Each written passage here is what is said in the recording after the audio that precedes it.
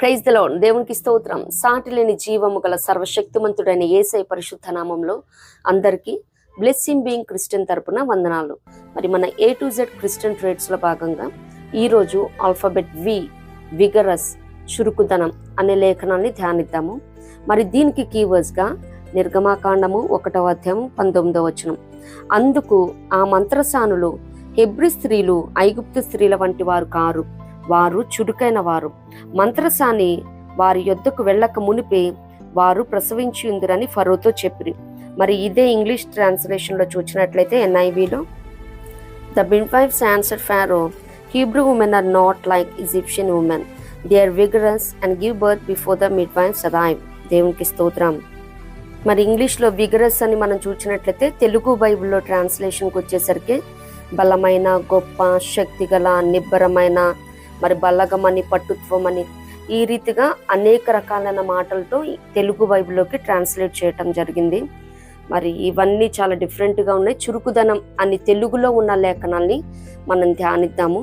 మరి చూసినట్లయితే అసలు చురుకుదనం ఉంటే కలిగే లాభాలు ఏంటి చూద్దాము. దేవుని పనిలో పాలి భాగస్వాములు అవుతాం అనమాట. 2వ దిన వృత్తాంతములు 2వ అధ్యాయము 13వ వచనంలో అక్కడ మరి తూరు రాజైన హీరాము సొలొమోన్ గారికి రాస్తున్న లేఖలో ఈ రీతిగా తెలియజెప్తా ఉన్నారు. 2వ అధ్యాయం 13 2వ దిన వృత్తాంతంలో, తెలివియు వివేచనయు గల హూరాము అనునొక చురుకైన పనివాణిని నేను నీ యొద్దకు పంపుచున్నాను. దేవునికి స్తోత్రం.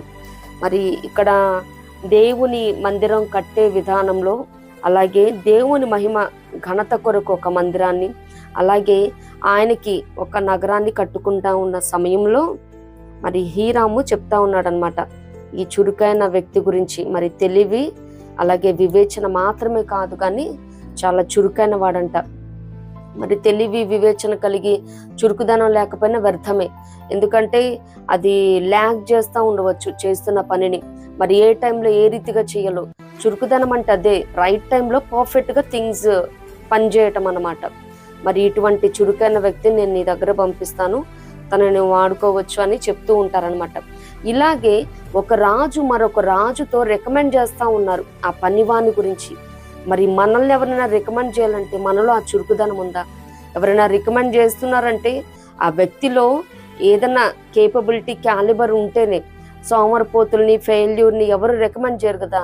ఎందుకు వచ్చిన బాధ, మా పేరు కూడా పోతుంది, చెడిపోద్ది అని అలా ఆలోచిస్తారు. కానీ ఇక్కడ ఒక చురుకైన యవ్వన బిడ్డల నిమిత్తం మరి రాజు సాక్షాత్తు సాక్ష్యం ఇస్తా ఉన్నాడు, చాలా చురుకైన వాడని. మరి దేవుని మందిరం కట్టే ఆ భాగ్యాన్ని, దాంట్లో పాలి భాగస్వామి అయ్యే భాగ్యాన్ని మరి ఆ యవ్వన బిడ్డ పొందుకొని ఉన్నాడంటే మరి తెలివి వివేచనతో పాటు తనకు కలిగి ఉన్న ఆ విగరస్ నేచర్, ఆ చురుకుదనాన్ని బట్టి మరి రాజు అక్కడ రికమెండ్ చేయడం మనం చూస్తూ ఉన్నాం. దేవుడు కూడా పని అప్పచెప్పాలంటే మరి సోమరిపోతులని దేవుడు ఆశీర్వదించాడు, పని అప్పచెప్పడు. మరి ఎవరు కూడా ఇహలోకముందున ఒక యజమాని అటువంటి ఎంప్లాయర్ ఇంటర్వ్యూ చేసేటప్పుడే మరి అన్ని సైకలాజికల్గా, ఇమోషనల్గా, అన్ని ఫ్యామిలీ బ్యాక్గ్రౌండ్ ఇవన్నీ చూసి సెలెక్ట్ చేసుకుంటారు. అటువంటిది మరి ఆయన మందిరాన్ని కట్టే విషయంలో కానీ, ఆయన పని చేయాలంటే దేవుడు ఇంకెన్ని రీతులుగా ఒక మనిషిని అసెస్ చేస్తారు కదా. సో ప్రతి ఒక్కరు కూడా మరి ఆయన పని చేయాలన్నా, ఏ పని చేయాలన్నా, ఇహలోకపరంగా మరి మనం ఏదైనా జీవనం కొనసాగించడానికి జాబ్ కావాలన్నా కానీ చురుకుదనం అన్నది ప్రతి ఒక్క క్రిస్టియన్ కూడా ఈ లక్షణాన్ని కలిగి ఉండాలి. దేనికి స్తోత్రం. అండ్ ఎవరు చురుకుగా ఉన్నారు?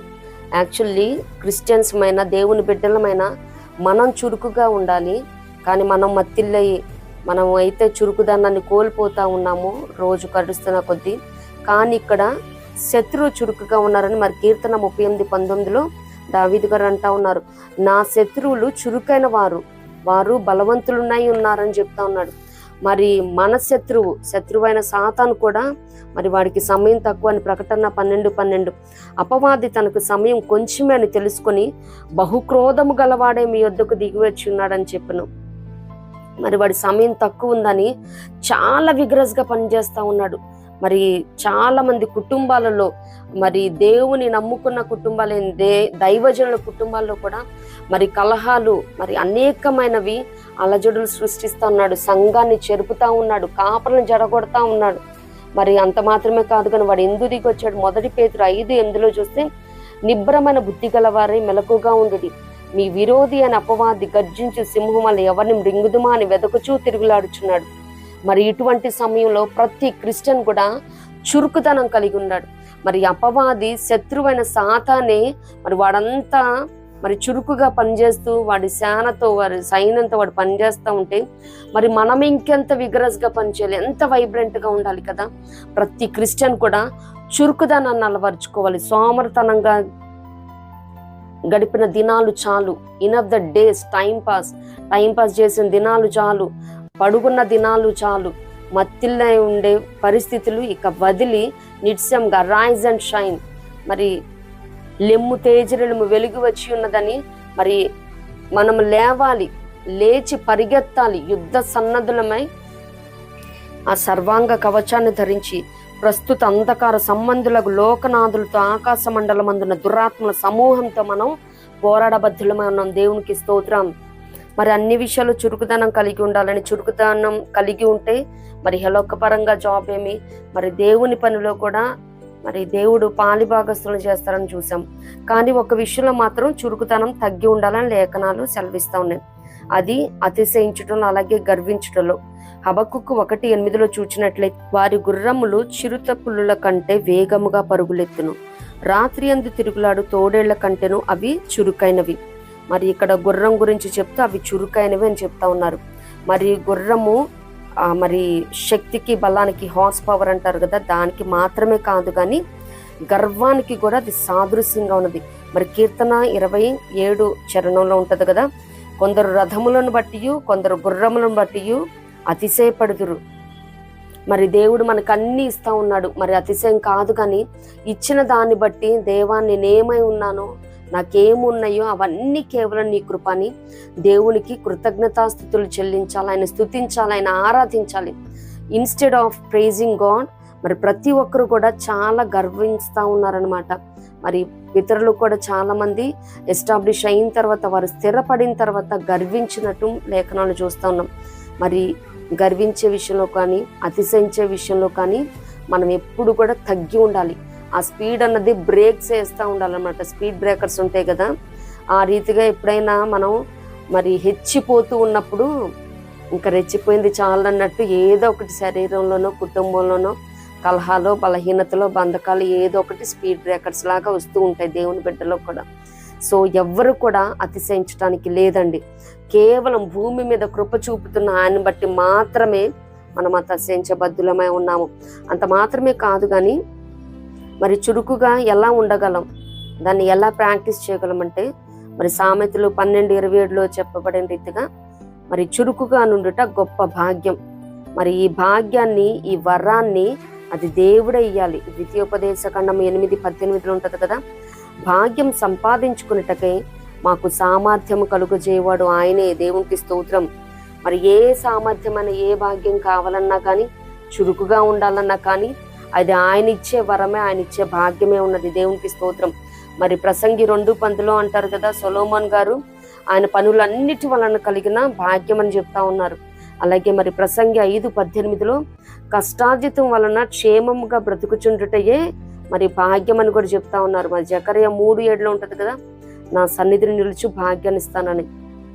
మరి భాగ్యం అన్నది రివార్డ్ అని, గుడ్ అని ఇలా ఇంగ్లీష్ బైబిల్లో చూస్తూ ఉంటాము. తెలుగు బైబిల్లో భాగ్యం అని ఉంది. మరి దేవుడిచ్చే భాగ్యంలో కూడా చురుకుదనం అది కూడా ఒక భాగ్యమే ఉన్నది. మరి ఆ వరాన్ని, ఆ భాగ్యాన్ని ప్రతి ఒక్కరం పొందుకున్న బద్ధులమన్నాం. అంత మాత్రమే కాదు కానీ మనం లేఖనాల్లో చూచినట్లయితే మరి ఇప్పుడు యూట్యూబ్ ఓపెన్ చేసిన వెంటనే వాళ్ళు యాడ్స్ వస్తూ ఉన్నాయి కదా, if a women in the house ఈ సాడ్, యాంగ్రీ, ఫ్రస్ట్రేటెడ్ అని చెప్తూ మరి ఆ వైబ్రేషన్స్ కానీ, ఆ నెగిటివ్ ఎనర్జీ అంతా కుటుంబస్తులు మొత్తానికి కూడా పాస్ ఆన్ అవుతూ ఉంటుందంట. సో ప్రతి ఒక్క స్త్రీ కూడా చాలా యాక్టివ్గా, హెల్దీగా ఉండాలని, మరి పాజిటివ్గా ఉండాలని వారు చెప్తూ ఉన్నారు. అంత మాత్రమే కాదు కానీ, వారు మాత్రమే కాదు కానీ, మనం లేఖనాల్లో చూచినట్లయితే, మరి యొకెబెతు గారిని చూచినట్లయితే నిర్గమాకాండము 2వ అధ్యాయంలో మనం చూస్తామన్నమాట. మరి మోషే గారి తల్లి అన్నమాట. మరి బిడ్డ సుందరుడై ఉండుట చూచి 3 నెలలు దాచగలిగింది. మరి రోజుకో ఛాలెంజే కదా. మరి వారున్న స్థలము ఆ గోషెన్ ప్రాంతం మిక్కిలి ప్రబలిపోయారంట ఇజ్రాయేలీలు. నిర్గమాకాండం 1:7 చూస్తాం కదా, ఇశ్రాయేలీలు బహు సంతానము గల వారే అభివృద్ధి పొంది విస్తరించి అత్యధికముగా ప్రబలిరి. వారున్న ప్రదేశము వారితో నిండి ఉండెను. దేవునికి స్తోత్రం. మరి ఆదికాండము 47వ అధ్యాయము 27లో చూస్తే, ఇశ్రాయేలీలు ఐగుప్తు దేశమందలి గోషెను ప్రదేశంలో నివసించిరి. అందులో వారి ఆస్తి సంపాదించుకొని సంతానాభివృద్ధి పొంది మిగుల విస్తరించిరి. దేవునికి స్తోత్రం. మరి యోసేపు గారు మరి సహోదరులు వారి కుటుంబాలు వచ్చినప్పుడు మరి 70+ గా వచ్చినారు. మరి ఇప్పుడైతే వీళ్ళు మిక్కిలి ప్రబలిరి. ఆ గోషెను ప్రాంతం ఐగుప్తు దేశం మొత్తంలో ఒక ప్రాంతాన్ని ఇచ్చారు. మరి వీరితో నిండిపోయింది. అలాంటిది మరి ఈ తల్లి 3 నెలలు అక్కడక్కడే అందరూ చిన్న చిన్న హౌసెస్ అయి ఉంటాయి. మరి ఆ 3 నెలలు పెద్ద హౌస్ అన్న అయితే ఈ రూమ్ కాకపోతే ఆ రూమ్ ఎక్కడో చోట దాచే పరిస్థితి ఉండేదేమో. కానీ వారున్న చిన్న స్థలం అయినప్పటికీ మరి ఆ బిడ్డను 3 నెలలు ఎలా దాయగలిగిందో. రోజుకు ఒక ఛాలెంజే కదా. మైండ్ ఎంత విగరస్గా పనిచేసిందో కదా యొకెబెతు గారికి. మరి రోజుకో ప్రాంతంలో దాచిపెట్టాల్సి వచ్చేదేమో వాళ్ళ ఇంట్లోనే. మరి ఏ రీతిగా చేసిందో 3 మాసాలంటే మాటలుగా కాదు. మరి మనిషి అంతే యాక్టివ్గా ఉన్నది, అలాగే తన మైండ్ కూడా అంత వైబ్రెంట్గా పనిచేస్తూ ఉన్నది. మరి 3 మాసాలు దాయటం మనం చూస్తున్నాం. అంతేకాదు కానీ తన కుమార్తె మిరియాము కూడా మరి జమ్ము పెట్టెలో పెట్టిన తర్వాత ఆ నైలు నదిలో విడిచిపెడతా ఉన్నప్పుడు తను చక్కగా మరి ఆ పెట్టె ఎట్టి వెళ్తా ఉన్నది.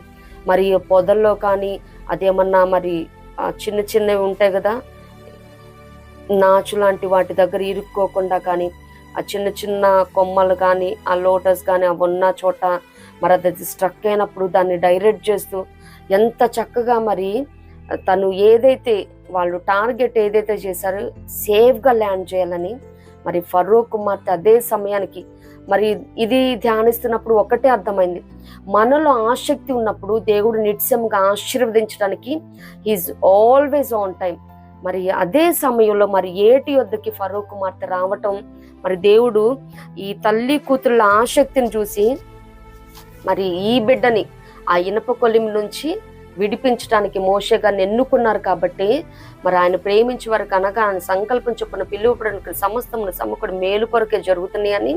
మరి మిరియాము కూడా చాలా మరి ఆ అమ్మాయి అప్పుడే ట్విన్స్లో ఉండి ఉండొచ్చు, లైక్ 18 to బిట్వీన్ 18 and 12 ఆ రీతిగా ఏమన్నా ఉండి ఉండొచ్చు. అంటే ఏజ్ లేదు మనకి మెన్షన్ చేసి. బట్ అంత వయసులో కూడా ఆ అమ్మాయి కూడా చాలా చురుకుగా, మైండ్ ఎంత వైబ్రెంట్గా ఉన్నదో చూడండి, ఎంత విగ్రస్గా. మరి తను కూడా ఆ ఏటి పక్క నుంచి మరి ఆ పొదల్లో నుంచి ఏ రీతిగా వచ్చిందో తనకి కూడా మరి భయం వేసి ఉండొచ్చు. అయినా కానీ మరి అక్కడ వెళ్ళటం, ఎట్ ద సేమ్ టైం అక్కడ ఫరో కుమార్తె బిడ్డను తీసుకున్న వెంటనే ఇంకా అక్కడ లేట్ చేయలేదు, లేట్ చేసే ఛాన్స్ కూడా ఇవ్వలేదు అనమాట.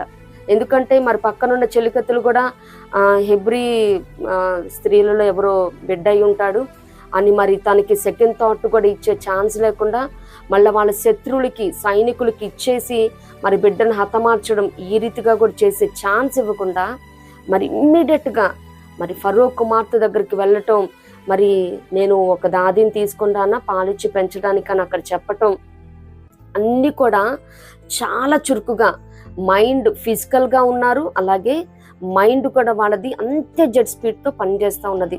దేవునికి స్తోత్రం. అందుకే కావాల్సి వాళ్ళు మరి మంత్రసానులు హెబ్రీ స్త్రీలు చురుకైన వారని చెప్తా ఉన్నారు. చాలా మంది అంటారు, మనం కీవర్డ్స్ చదువుకున్నట్టు వాళ్ళు మరి మంత్రసానులు దేవునికి భయపడాలా చెప్పారు, ఇది వాస్తవం కాదంటారు. కానీ హెబ్రీ స్త్రీలు నిజంగానే చురుకైన వారు అని మనం లేఖనాలు ధ్యానిస్తున్నప్పుడు మనం తెలుసుకోవచ్చు అనమాట. అంత మాత్రమే కాదు కానీ యాయేలు మరి న్యాయాధిపతులు 4:21 చూస్తాం కదా, మరి సీసేరా దాహం అవుతుందని మరి తను గుడారం దగ్గరకు వచ్చినప్పుడు పాల బుడ్డి ఇచ్చి మరి మేకు తీసుకొని, మరి పాలు మేకు ఇవన్నీ మరి స్పిరిచువల్గా అయితే సాదృశ్యం, వాక్యం అనే దాంతో శత్రువుని పడగొట్టాలి అని ఈ రీతిగా వస్తుంది. కానీ బట్ మనకి ఇక్కడ చురుకుదనం విగరస్ అనే మాట మీద ధ్యానిస్తా ఉన్నాం కాబట్టి మరి అక్కడ యాయేలు కూడా మనిషి నిద్రపోతున్నాడు, లేచే లోపల ఒక ఆడది మరి ఆ రాజుని మేకు తీసుకొని కొట్టడం, చాలా మైండ్ చాలా చాకచక్యంగా పనిచేసింది కదండి. లేదు మా ఆయన్ని పిలుచుకొస్తాను, సైన్యాధిపతులను పిలుచుకొస్తానని వార్ఫేర్కి వెళ్ళలేదు, పక్కన ఎవరిని అడగలేదు. కానీ తన్నే మరి నిద్ర లేచే లోపలే మరి ఆ మేకు తీసుకోవటం, మనిషిని అక్కడ రాజుని హతమార్చడం చూస్తా ఉన్నాం. దేవునికి స్తోత్రం. మరి తను చేసిన దాన్ని బట్టి మరి స్త్రీలలో దీవెన నొందిన దానివని మరి కీర్తనలో తర్వాత కీర్తన పాడుతూ ఉంటారు కదా దెబోరా గారు, మరి దాంట్లో తనని ఆశీర్వాద వచనాలు పలకటం చూస్తా ఉన్నాం. దేవునికి స్తోత్రం. మరి అంత మాత్రమే కాదు కానీ అబీగైలు మరి మొదటి సమూయేలు 25వ అధ్యాయంలో మనం చూస్తూ ఉంటాము. మరి నాబాలు మోటివాడు, మొరటివాడు, మరి తను రిజెక్ట్ చేసినప్పుడు డేవిడ్ గారి రిక్వెస్ట్ని, ఆ ప్రపోజల్ని కొంచెం ఆహారం ఇమ్మన్నప్పుడు మరి తెలుసుకుంది వెంటనే. మరి నాబాలుకి ఏమీ చెప్పకుండా మరి తన్ని ఆహార పదార్థాలు మొత్తం సిద్ధపరచుకొని వెళ్ళటం, మరి ఆయన కోపాన్ని తగ్గించడం మనం చూస్తా ఉన్నాం. దేవునికి స్తోత్రం. ఎంత ఫాస్ట్గా అంటే మరి పర్ఫెక్ట్గా తన పనిని తను నిర్వర్తించడం ఇక్కడ చూస్తూ ఉంటాం. సుబుద్ధిగానే మరి రూపసి అనే ఈ అబీగైలు చేసిన పని మరి దానికి ప్రతిఫలంగా తను ఆశీర్వదించబడింది. అలాగే మహారాజైన దావీదు గారికి భార్య కూడా అయింది. దేవునికి స్తోత్రం. అంత మాత్రమే కాదు కానీ దావీదు గారు కూడా చాలా విగరస్గా ఉన్నారనమాట. చిన్నప్పటి నుంచి మరి మందని కాచుకోవటంలో సింహం వచ్చింది, మరి ఎలుగుబంటి వచ్చింది, దాన్ని దీన్ని వెతుక్కోవటం ఇలా చేసినట్టయితే మందతో పాటు మరి దావీదు గారిని కూడా అవి హతమార్చేవి. కానీ ఏ టైంలో ఏ రీతిగా డెసిజన్ మేకింగ్ చేయాలి, ఏ రీతిగా రెస్పాండ్ అవ్వాలో చాలా చాకచక్యంగా చేశారు. కాబట్టి మందని రక్షించుకోగలిగారు. తన ప్రాణాన్ని రక్షించుకోవటం మాత్రమే కాదు కానీ మరి ఇవే ఎగ్జాంపుల్స్ చెప్తూ మరి రాజైన సౌలు దగ్గరికి వెళ్ళినప్పుడు మరి బిడ్డను చూసినప్పుడు, ఈ బాలుడైన దావీదును చూసినప్పుడు వాళ్ళకి నమ్మకం కుదరలా. అయ్యా నేను మందను కాచుకుంటా ఉంటే ఇలా జరిగిందని మరి ఇవి దృష్టాంతంగా చెప్పడానికి కూడా ఆయన యూజ్ చేసుకున్న సందర్భాన్ని మనం చూస్తూ ఉన్నాం. అంత మాత్రమే కాదు, ఫీనెహాస్ మరి సంఖ్యాకాండం 25వ అధ్యాయంలో మనం చూస్తూ ఉంటాం. అప్పటికే వ్యభిచారం వల్ల యెహోవా కోపం రగులుకుంటా ఉంటే ఇంకొకటి తీసుకొచ్చాడనమాట. మళ్ళా వ్యభిచారాన్ని అక్కడ జరుగుతూ ఉంటే ఇంకా చూశాడు, సహించలేకపోయాడు, తీసుకొని పొడవటం ఇంక ఇక్కడి నుంచి వెనక్కి వచ్చిందనమాట. అప్పుడు తెగులు ఆగిపోవటం మనం చూస్తూ ఉంటాము. మరి 24,000 మంది కూలిపోయారు. మరి ఈయన తెగులు పాప పరిహారం చేసినట్టు చూస్తూ ఉంటాం. మరి నేను ఓర్వలేని దాన్ని ఫీనెహాస్ ఓర్వలేకపోయాడు కాబట్టి మరి సమాధాన నిబంధన, నిత్యమైన యాజక నిబంధన చేస్తానన్నాడు. దేవునికి స్తోత్రం. మరి నేటికి కూడా ఇశ్రాయేలులో మరి ఎలియాజరు, అహరోను, ఎలియాజర్, ఫీనెహాస్ వీరి సంతానం యాజకులుగా ఉంటాం మనం చూస్తా ఉన్నాం. ఎందుకంటే సాక్షాత్ దేవాది దేవుడే సత్యమంతుడు నిత్య నిబంధన చేశాడంటే యాజక నిబంధన. దేవునికి స్తోత్రం.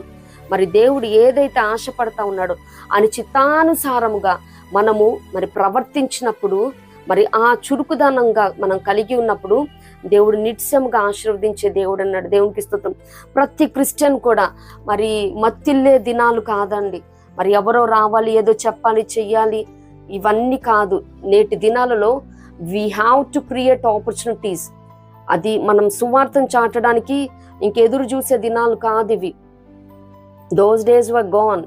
ఇప్పుడు మనం ఎక్కడికక్కడ సమయం దొరికిన కొలది సమయమందును అసమయమందును మనం సువార్త ప్రకటన చేయాలి. చురుకుగా ఉండాలి. గొప్ప భాగ్యాన్ని మనం సంపాదించుకోవాలి. మరి చురుకుగా ఉంటే మరి పని మనం పొందుకుంటాము. అట్ ద సేమ్ టైం దేవుడు ఆశీర్వాదాలు కూడా అనుగ్రహించే దేవుడు అన్నాడు. ఏ క్రిస్టియన్ కూడా, ఏ విశ్వాసి దేవుని బిడ్డ కూడా మరి మత్తిల్లే పరిస్థితిలో సోమరిగా ఉండకూడదండి. సోమరివాడు పస్తుపడి ఉంటాడంట. వాడు ఆశపడు కానీ వాని ప్రాణంకి ఏమీ దొరకదంట. మరి ఎవ్వరు కూడా సోమరితనంగా ఉండకూడదు, చురుకుగా ఉండాలి. మరి మందిరానికి వెళ్ళే విషయంలో, పనులకు వెళ్ళే విషయంలో, ఇంట్లో ఉన్న పనులు చూసుకునే విషయంలో ఏదైనా కానీ పర్ఫెక్ట్గా చేసేయాలి, రైట్ టైంలో చేసేయాలన్నమాట. దేవునికి స్తోత్రం. మరి ప్రతి ఒక్క క్రిస్టియన్ ఈ చురుకుదనాన్ని కలిగి ఉండును గాక. ప్రభు కృప మనందరికీ తోడై ఉండును గాక. ఆమేన్.